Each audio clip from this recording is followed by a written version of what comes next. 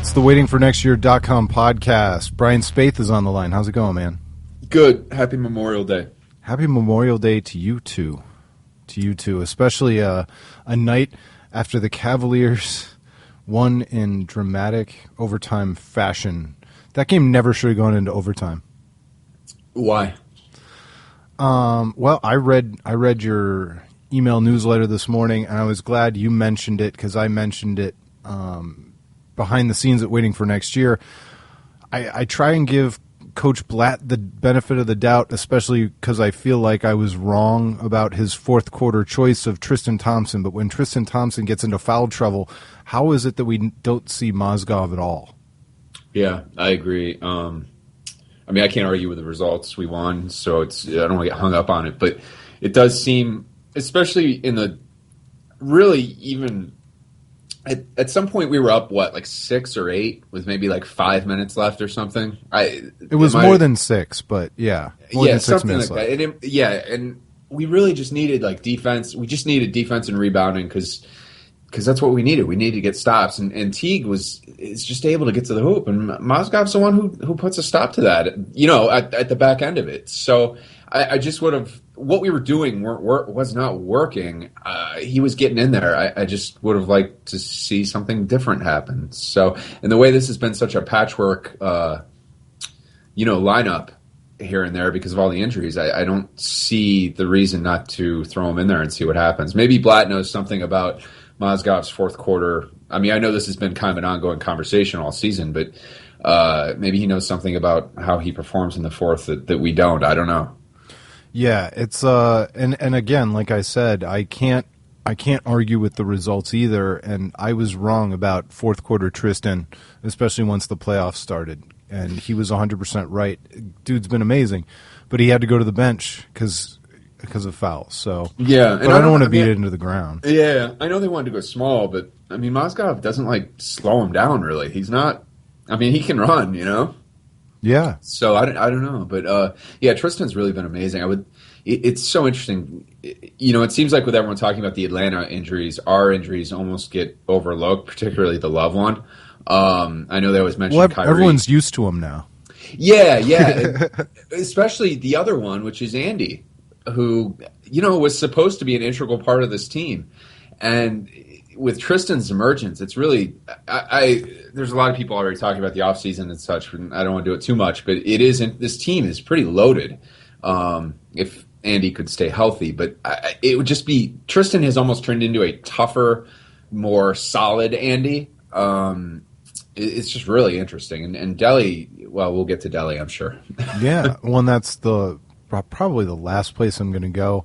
I mean, we could talk about how amazing LeBron is, but Coach Blatt's press conference kind of said it all. There's nothing to say except that was incredible. That's amazing. How does a guy go from being 0 for 10 from the field and no points in the first quarter to having a triple-double and fueling the entire team? Yeah. Although I would say that 0 for 10 stat is a little bit misleading because a few of those were like those taps on offensive rebounds that were in kind of a scrum, and a few of them were just like blown layups that were kind of oddities. It's not like he was taking like long jumpers and missing them and he wasn't taking bad shots. He just wasn't hitting. So, right. And especially when you throw in, it was at least 3 of those tip-ins that were missed, which people miss those because you're like, tapping at it with a bunch of people. So I don't think he started as bad as 0 for 10 sounds. Yeah, and I've never seen him miss layups like he was missing in the first quarter. It seemed way out of sorts, out of character. Yeah. Well, that's a ridiculous thing to say. Of course it's out of sorts and out of character. So do you think there's another – do you think we had Drama King LeBron last night, or do you think he's really, really kind of worn down and banged up? I mean – I mentioned the word melodrama in my email, so I do think LeBron plays it up. And whether that is because he's just like that or whether he thinks it gives him some kind of psychological edge over the competition, or whether he just is very aware that everyone's looking at him and wants some kind of excuse in case things don't go well. I think those are all possibilities, and they all may be in the mix together. too. But I think he was definitely exhausted. Yeah. And I also love the mind games where after the timeout, he comes back onto the floor and he points to some blood on his wrist and then he goes back. Right. Like, you knew that was there. We know you knew that was there, and you just wanted an extra timeout and you wanted to make the Hawks wait. Right.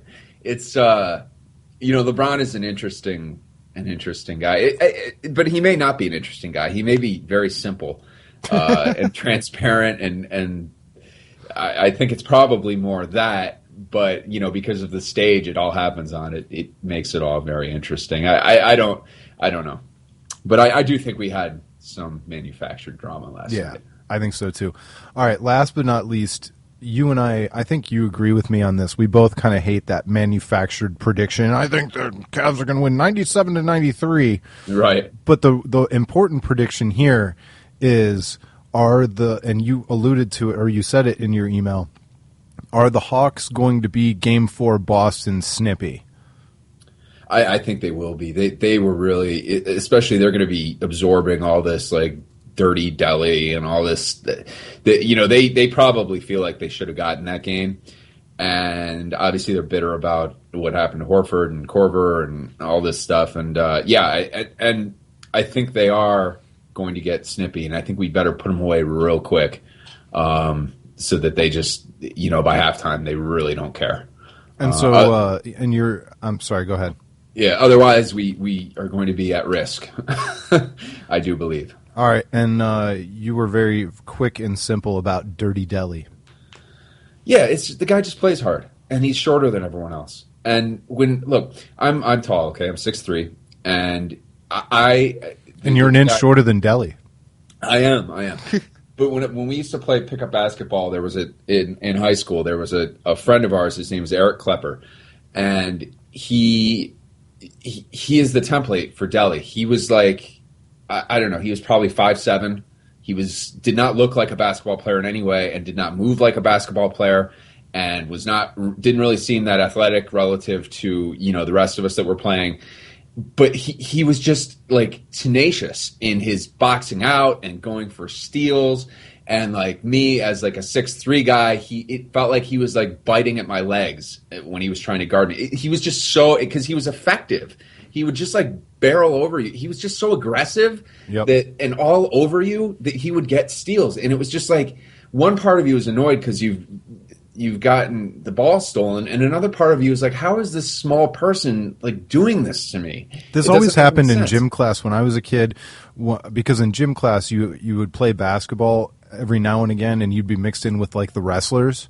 Yeah. And so they've got that competitive fire. They're athletic, but it's not the same kind of coordination really. So they're not really a risk to score or shoot long jumpers or whatever. But man, when they body you up on defense and box you out, they're looking for any possibility for contact. Yeah, and so Delhi is just like that. It's funny you use the wrestling thing because I've said in the newsletter many times he looks like a high school wrestler, and so like when you're Horford and this little guy is like throwing his body into you trying to get rebounds, and you're kind of like, what are you doing? You just stop it, and then he gets the rebound. I mean, you just lose it, and so it's Delhi's not dirty. He's just. I don't want to parrot Reggie Miller, but he's one of those players that like starts to get guys mad, and I don't remember where I was going. Yeah, what did you even ask me? It's weird though. It's weird though because in this playoffs he's kind of built up a resume, and whether it's real or fake or whatever, it's going to be going to become the consensus. Yeah, it is. And if Steve Kerr's smart, he'll start playing it up in the media, so the refs are watching him like crazy. But, the reality is if Korver hadn't gotten hurt, everyone's praising Delhi for just throwing his body at the ball and just just being such a hard worker. This is what we want out of everybody. Like, this is what I complained about in the first half of the season with the Cavs is people weren't playing like this. They weren't like, sacrificing their bodies to get every loose ball. I mean, at the end of that game, at one point, there were like 5 or 6 bodies on the floor between the Cavs and the Hawks, like all going for a ball. And like, that is like the fire, the desperation. That's what you want. That's why Blatt has loved Delly all year, because Delly always played like that. And that's, it fires up the other teammates. It fires up the crowd. It's like, that's what you need. You need that guy. It's funny, too, because could you imagine what it would be like next year if the Cavs had, like, a second shift like they were a hockey team? So all of a sudden you've got, Kyrie and Kevin Love and LeBron and, whoever else you put in there. But then you bring in off the bench the all-defensive team with including Varejao and Delly and maybe Shumpert or, whoever – because Shumpert's crazy on defense, too. Yeah, he is. He's really good. He is really good. You'd bring in the all-defense team. Everybody'd get a rest. You'd go 10 deep for the regular season, which would probably be the smartest thing any franchise that has LeBron James at this stage in his career could do. Yeah. Build two complete, lineups and go shifts. Here's the thing, though. We've seen, actually, in, I believe it was game 2, when we had, it wasn't that lineup, but it was a lineup without like a definitive scorer in it. And they went on a 7-0 run. And because defense gets you easy offense. If you're getting steals, if you're getting, good rebounds with fast, like, kickouts, like, you can score off that stuff. Because the other team isn't getting to set their defense. I mean, that's why, they say defense wins championships. That's why. So, like, you're not that far off. But I would love I keep losing my train of thought. I'm really sorry. That's all right. I just want to see a lineup of Delly, Varejao, Tristan Thompson, LeBron, and JR. And that's, you've got like three completely like three guys that drive teams absolutely nuts because they get offensive rebounds, they get steals, they're just like, they're all over the court scrapping. And then you've got JR who can shoot, and then you've got LeBron. And I think that lineup could really go on some major runs. I agree with you, and I think I would put Shumpert over J.R. Smith, but I see your shooting angle. Yeah, although, I mean, Shump can shoot. He's been shooting really well. I had no idea he could play basketball this way. I'm just going to say play basketball because defense, offense, I just had no idea what Shumpert could bring. The thing is he is like, like Tristan Thompson, he is a role player, and that is what he is meant to be. And he is in his perfect role right now. And it will be a real shame if he's not satisfied with that for some reason and wants to go be, a star shooting guard for Charlotte or something, because it won't work out. This is what he's meant to do. Well, as long as Dan Gilbert doesn't lose his nerve. Yeah, I mean, Shump's restricted, right? I don't really know. The bottom line is this. If Dan Gilbert wants to keep all these guys together, he can pay them as much as anybody because they're already here. Right. So, and I think he will. I think, when you look at, 1, he's got the money. 2, this new NBA TV deal. And 3, we had a very recent situation in Oklahoma City where somebody didn't want to pay to keep something special together. And it really, they lost their chance at a championship, really. When they let Harden go or traded Harden, however it worked out. And I'd like to think Dan Gilbert recognizes the fact that he is making or breaking his asset of the franchise in a certain respect. He does not have those 2 championships that went to Miami. Right. He's got to get at least one. I don't know. We'll talk about all that stuff.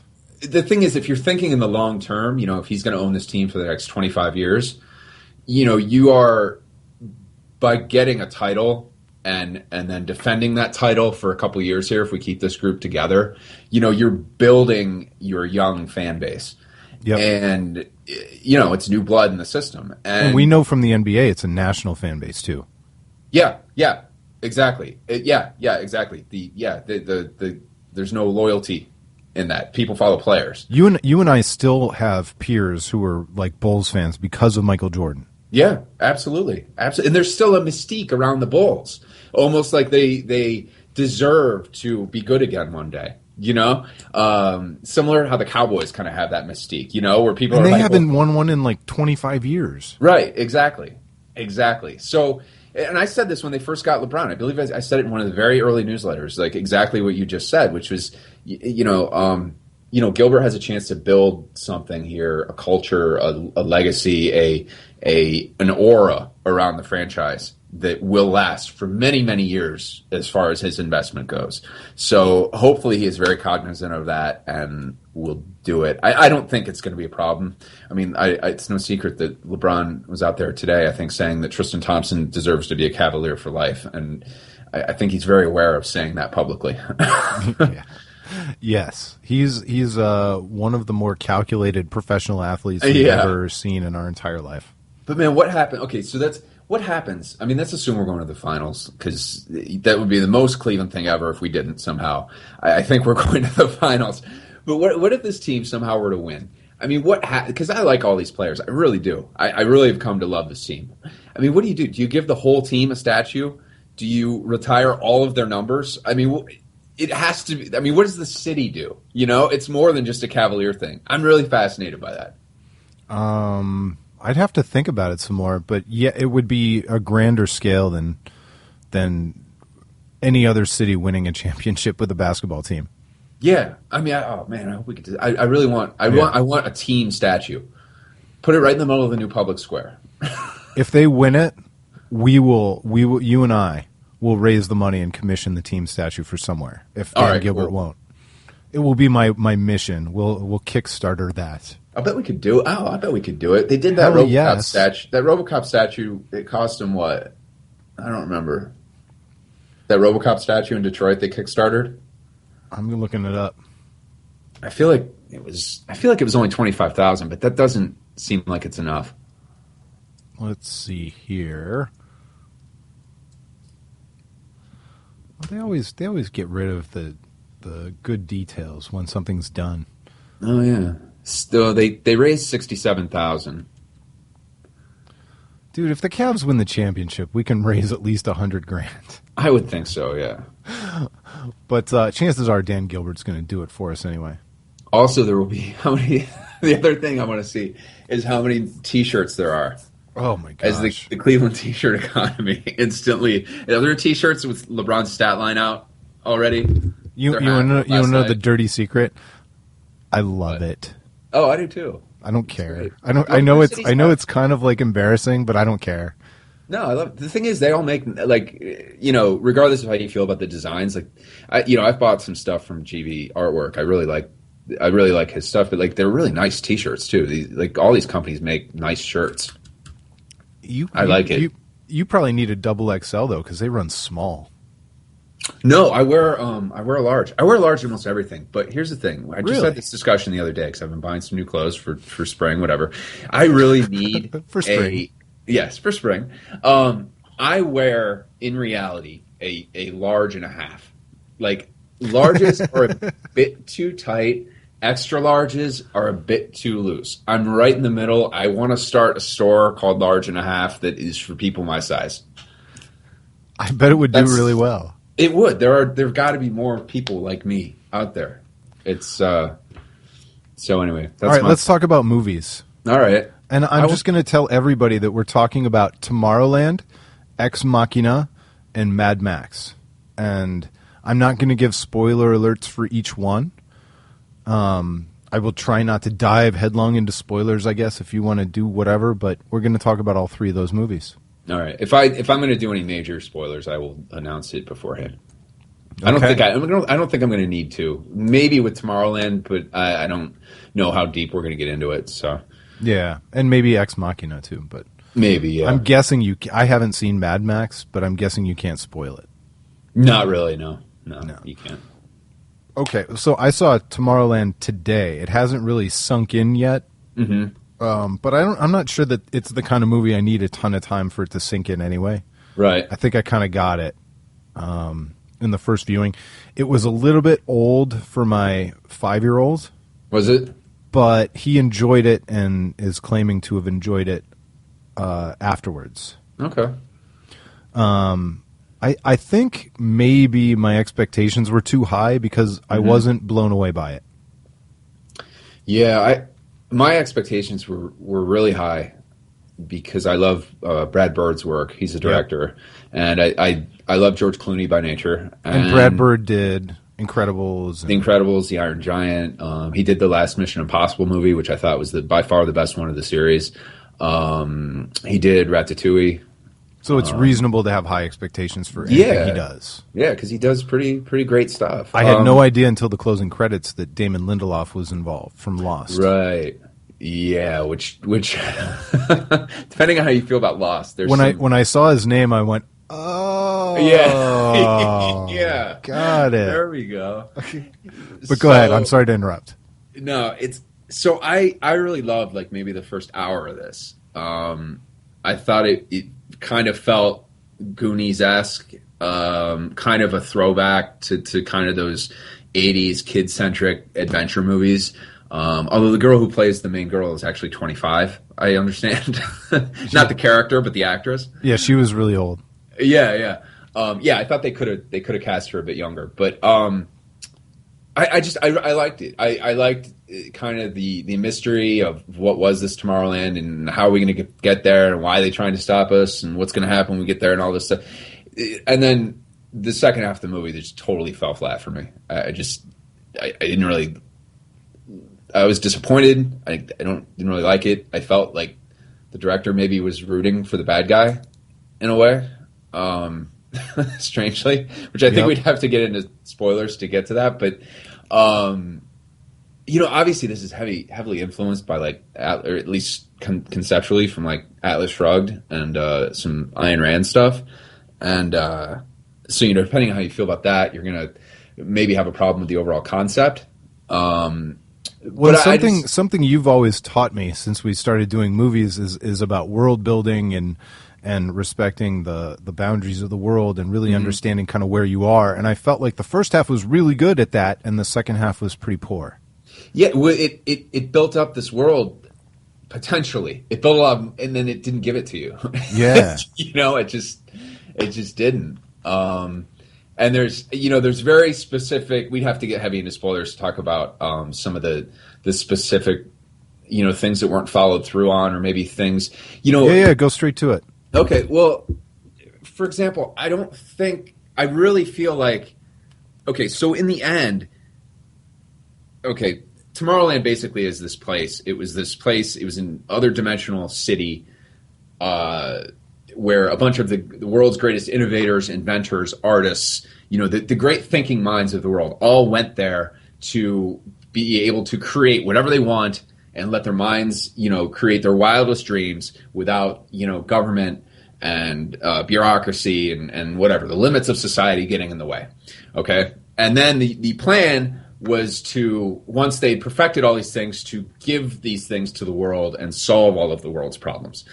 And at some point, and I didn't even really clearly understand why, the guy who became mayor or governor or whatever it was, the leader of Tomorrowland, decided that the world didn't deserve this stuff, that they were doomed, and only the great thinkers knew what was right, and really were better off like letting everyone else go. Yeah, and they didn't explain it well enough, but the idea was that, well, it's lost and we can't save it, and if we try and save it, we'll bring all those people here and they'll ruin this place. Right. And so where I got lost is, okay, so he made that decision at some point. Why did Tomorrowland kind of die off then?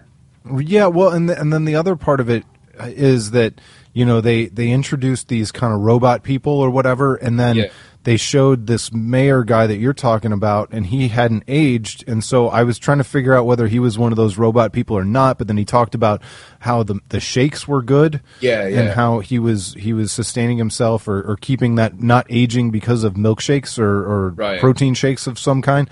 Yeah. I was very confused for a couple of minutes trying to figure that out. It's, going back to world building, it's like, because we never got to see and be in Tomorrowland as an active place, right? Like, the world was never built. It was just teased, and the tease was great. Yeah, but they never gave it to us. And then the other thing with the end, okay, so they defeat the bad guy, and George Clooney, who was exiled from Tomorrowland for he was brought there as a boy, and then at some point he was exiled because he invented something. This thing, it was very unclear.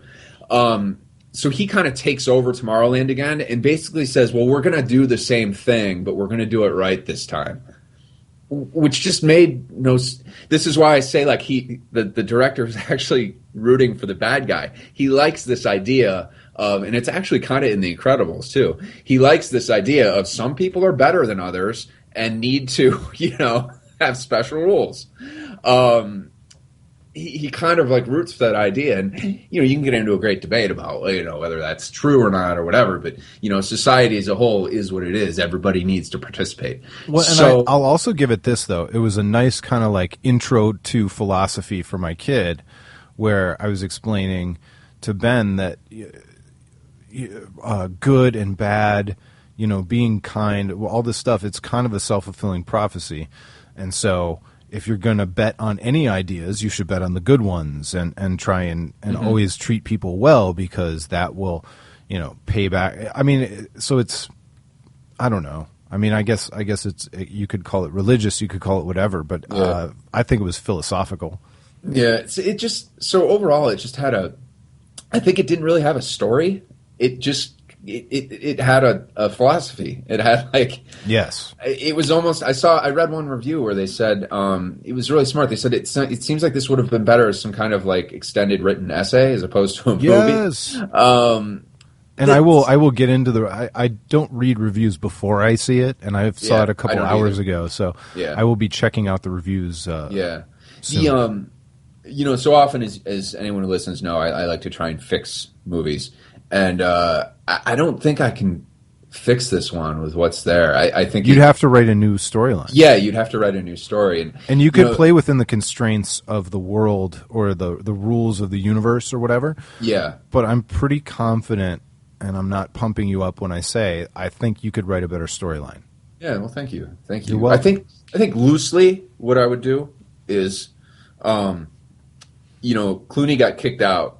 You make it so that Clooney got kicked out because he was insistent that it was time to follow through on the promise and release this stuff to the world, Or he'd already come to the conclusion that they had to destroy that thing.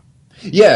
And they wouldn't let him do it. And so then that makes the House, who plays the bad guy, that makes House be like, start to get paranoid about everyone else in Tomorrowland. Starting to, because other people are like with Clooney. They're like, you're 100% right. Clooney and House were not adversarial enough when they got together. Yeah. I didn't even think about that. You're absolutely right, though. Yeah. So then House starts kicking out other people who he suspects might be trying to release this stuff back to the world. His agenda can still be what it is, but then it makes Tomorrowland just this like very small society, but still active and thriving. And still has all this great stuff. That way, when we get to Tomorrowland, it kicks ass still, instead of being this like dead place. And then the fight is over like Clooney trying to take control, and then he goes ahead and releases his stuff to the world at the end, or or they figure out, well, we're going to do it. We're going to go ahead and maybe it ends with him calling the White House or something. Who knows? Something kind of cheesy but fun. And that would be an actual story, but at the end, Clooney's just like, well, it was a great plan. It's just like he just didn't do it right or something, or this thing this is that thing. Okay, so for people listening, what happened? There was some kind of device that was like somehow feeding the world negative energy or something, and was making our world or our dimension rather, like accept that we were all doomed. And then that was becoming a self-fulfilling prophecy. So because we keep saying everything is terrible, it's making everything terrible. And so the goal in the movie is for them to like switch off this device in Tomorrowland. And so basically what it's saying is, Clooney is saying like, yeah, the plan is good for all these super smart people to secretly work on this stuff at the exclusion of everybody else. It's just that this device got in the way and made it happen wrong. Well, yeah, and the device was like the antenna, but it wasn't necessarily predicting the future. It was predicting a future. Yeah, and oh man. Anyway. I think it's time to move on to another. Yeah, movie. let's move on because it's just too much of a mess to it's just So yeah, the bottom line is that I thought my expectations were really, really high, and I just didn't think it delivered. Yeah, but agreed. Ben liked it. Ben liked it. So well, good for 5-year-olds. Yeah. I mean, there were some fun elements when they were escaping from the house, all the gadgets and shoots and robots. I mean, that was fun. Yeah. Ex Machina, which I actually saw with my wife, and that's not crazy because she'd be into movies like this from time to time. But this is another one where my expectations were really, really high because I enjoy. This was based off a graphic novel, and I didn't read this graphic novel, but I read other work by the author who wrote that. Okay. Brian K. Vaughan, I believe. Yeah, he's done a lot of interesting things. He also wrote the best seasons of Lost. He did, and he has a comic out right now called Saga that is very popular. And he also wrote a really cool comic called Why the Last Man. Yeah, Why the Last Man is the one I read. Oh, yeah. I love that one. Really good. They keep trying to make it into a movie, and once they figure out what to do, like once they figure out the right thing is actually to make it a really high-end TV show, they'll be in really good shape. You're absolutely right. It doesn't play like a movie because you'd be condensing way too much. Yeah. It absolutely needs to be a TV show. It'll succeed The Walking Dead. Yeah. There's a show coming. Seth Rogen is actually writing and directing it for some reason, but I trust he must be doing it. He says he's doing an accurate adaptation. There was a comic called Preacher that came out in the 90s. It's basically about this preacher in Texas that God quits. Okay. In this thing, and for some, I don't remember. I read it a long time ago, but for some reason, this preacher in Texas is given this thing called the Word of God. So he can, when God quits, he's endowed with this power somehow, and he is able to make anyone do anything he wants just by saying it. And he is really pissed that God quit, so he's off to find God and confront him, and that's what it's about. And it's got vampires and. It's kind of like a quasi comedy horror thriller adventure. It's a really cool comic, and it's very funny too. And but they're doing the pilot for that right now, and I could see it being a pretty worthy successor to The Walking Dead. Okay, I'm excited for that now. Yeah. So Ex Machina is kind of throwback sci-fi the way it used to be, in the way that you think of. The Twilight Zone, probably. Mm-hmm. And, yeah, this would have been a good Twilight Zone episode, yeah. And it was, from a tone standpoint, it didn't, I really enjoyed it a lot. It didn't overplay the future thing. It kind of felt like it was happening maybe in the near future of our existence. And it was really interesting. It turned into a morality play between... the creator and the things created and robot rights and, versus when does something become sentient? When does it gain humanity or whatever? And so it's not a new theme, but it was a really good take on an existing theme. Yeah. I don't know that it did anything, like you said, I don't know that it did anything new, but I liked the way the tone it presented and the way it was shot. It was kind of a quiet movie, and slow and mysterious without being boring. And they had twists and turns that you didn't feel manipulated. Yeah. It kind of and really nice performances too. I really loved the guy who played the Mark Zuckerberg-esque. He was like an amalgam of every. If Mark Zuckerberg started Google. Right. Yeah. Basically. One thing that I thought was just kind of thrown out there that wasn't really part of it, a part of the thrust of what it was trying to say, but I thought was interesting is he said that the way he created the AI eventually was that he had been able to tap into every cell phone on Earth or something. Yeah. And that basically, I saw this like 6 weeks ago. So, the government let him do it? Is that... Yeah. Yeah, and I thought that was interesting because it was just kind of thrown out there as like a whatever. Oh, yeah, they knew we were doing it. And they didn't care, Yeah. So I thought it was good. When I first saw it, I thought, man, I feel like I should have loved this more. I feel like it was missing something. Like maybe it even would have been better if they just played it as a straight up thriller. But I don't know. I wanted to love it, but I just really liked it instead. I agree with that wholeheartedly, and I thought that they probably overplayed their hand from a drama standpoint in the final 10% of the movie in terms of unveiling. It's like once everybody knows where it's going to go, let's just hurry up and get there. I felt like there were a couple of scenes in particular that just it was like we get it. Yeah. We get it. And I don't want to play movie editor. And I still loved it. I liked it a lot.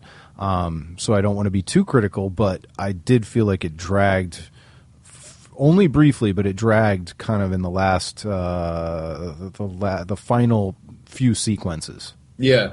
The one thing I will say about it is it definitely I think it was exactly what it wanted to be. Yep. I feel, I mean, obviously I can't mind read the director, but I feel like if he were to talk about it, he'd be like, yeah, well, I wanted it slow right there. I wanted, because it just felt very confident. It felt like it was, sometimes like say Avengers Age of Ultron, you can tell where like stuff was cut or we're like, oh, we couldn't fully follow up on that. I feel like this is exactly what he wanted it to be. And I like that. And that made me like it more because I like when you get like a pure vision, So yeah, I thought it was good. I think it's worth seeing. The effects are nice. The whole atmosphere of it was nice. I thought it built some good mystery. I thought the performances were good. It was a good movie, but not a great movie. So I guess that's where it's like you almost want to knock it a little bit just because of the mass praise it's getting, as if it's this revolutionary thing. And it's just a good little sci-fi movie. Yeah, and it's a hard R. So it was never going to be mass appeal, which is kind of a defense mechanism, probably. I don't know. Because I think they could have done it without it being such a hard R. Probably, yeah. But, that's kind of self-limiting. I think he probably wanted that nudity. Maybe he even needed it for the end. So that, I don't know. Anyway, good but not great movie is what I would say. Definitely worth seeing. I don't know if you need to go to a theater to see it, but I'd check it out one day at home. Yeah, I definitely did not need to see it on the big screen. It's not one of those that just like collapsed around your head and yeah. No, I went because it was getting such amazing praise, and also because I kind of knew like if I just left it until it came to home video, I'd forget about it. Yeah, it's no San Andreas. Let's be honest. All right. So last but not least, Mad Max, which I did not see, so I will be pretty useless. Yeah, I'll try and make this short because we've been on a while. But I had no interest in seeing this based on the trailers. Yeah, neither did I. It just looked like whatever. It just looked like it didn't even have a story to it. And I don't have any great loyalty or love for the old Mad Max movies. They were okay, but nothing that like changed my life. But then I started to see these headlines of like, Mad Max is like amazing. It's like great. I didn't read any reviews, but everything was saying like, this is really something special. And so I was like, okay, I'll go. I'll check it out. And I have to say, like, I really, really like this a lot. Did you see it opening weekend? Yes, I did. So was it kind of the same effect as the Furious movies, Fast and Furious movies? No, definitely not. Okay. No, because I saw it at like 10 in the morning, first of all. Because I thought maybe it would have been like a crowd interaction favorite kind of a movie. No, there weren't very many people in there. I talked before about with Ex Machina, the pure vision. This is like, and this speaks to world building too. This is like just a pure, like, it's just unlike any other action movie I've seen in the recent past. It's just, you are in this world. It doesn't tell you a lot about this world, but doesn't make you feel like you're like when I watched like say John Carter of Mars a few years ago. It's like they throw you in this world and you're like, what in the heck is, I don't understand anything that's happening. Like this, everything is just weird. Well, this kind of does the same thing, but it's very subtly helps you understand that world and what's happening in it. So like, it's really less is more I love less is more. Whether it's dialogue, whether it's, shooting style. I love when a filmmaker can do something without doing a lot. And this is like, and it's funny to say this about Mad Max based on the trailers where you see like, fire tornadoes, but like there is so much done here with very little. And I just really, really liked it. The story is simple, but it's well paced and consistent and does not slow down. But it is a simple story. It's basically like you got to get from point A to point B. And, people say it's like a 2-hour car chase. It is. It's a 2-hour car chase. But it has, stops and starts, and it has, little mini stories inside the stories. It's got character arcs. It's got great female characters that are right on par with the male ones. It's really just it's a well-made movie, and it is a very, very, like Ex Machina, it is a very pure like filmmaker vision. Like you can tell, like this is what this one guy wanted to put on the screen. This came out of somebody's head, and which somehow, is great as long as it doesn't come off self-indulgent. And it sounds like it didn't. It really didn't. It just and I don't know how to really put it into words because there's no one thing like, oh, when the car jumps over the rock, it's like so great. It's not like, it's just like the entire package of what you see is just like so pure of a vision. Like, and that's where the trailers failed me, because I kind of felt like it was going to be fanboys with their screen-gasms. It's like, yeah, and it's not. I mean, there's some. That's cool. Yeah, it's a cool movie, and I would go see it on the big screen if I were you. Because it is a spectacle. It has got some amazing stuff. And the other thing is, and I've since watched some behind the scenes stuff since I saw it. Like they do, a vast majority of this stuff practically. There's a lot of effects work because you've got a lot of like fire tornadoes and stuff. But but they shot this in the desert. The cars were real. I mean, you're talking like, what you see on the screen as far as like the actors and the cars and like it's all real and you can feel it. Like, the wind on their face is like real wind and you can tell. I mean, it is different. So it's worth seeing. Absolutely. All right. Well, I didn't expect that. So I'm glad to hear it. And, it's always good talking movies, man. Even in a year where we didn't get organized, it seems like we're going to have plenty of movies to talk about. It's a much better summer than last year. Oh yeah, last year was bad. So it wasn't our fault. Our fault. No, not at all. This summer is better with the Cavs, with movies, with everything. So man, thanks for doing it. And and I'm going to the game tomorrow night. I got tickets this morning. So hello. Yeah. There was nothing else. That was all. Was it $1 million? Are you sitting up top? Up top at second row, and it wasn't that bad. Nice. So I think maybe like I thought it could go one of two ways. I thought maybe it could be more expensive because it's a closeout game. But then there's the other part where it's like everyone knows we're going to the finals now, so maybe people are saving their money for the finals. Oh man, yeah, it's so crazy. Because I went to a game against the Bulls because I thought it could potentially be the last game in Cleveland for the year. Right. So it's like it is a weird kind of a budgeting move to buy Cavs tickets right now. Yeah. You just because you can't go to every one. I mean, I can't. I can't either. So, all right. Well, we will talk again soon, man. Thanks. All right. Cool. Until next time, everybody. It's been the waitingfornextyear.com podcast.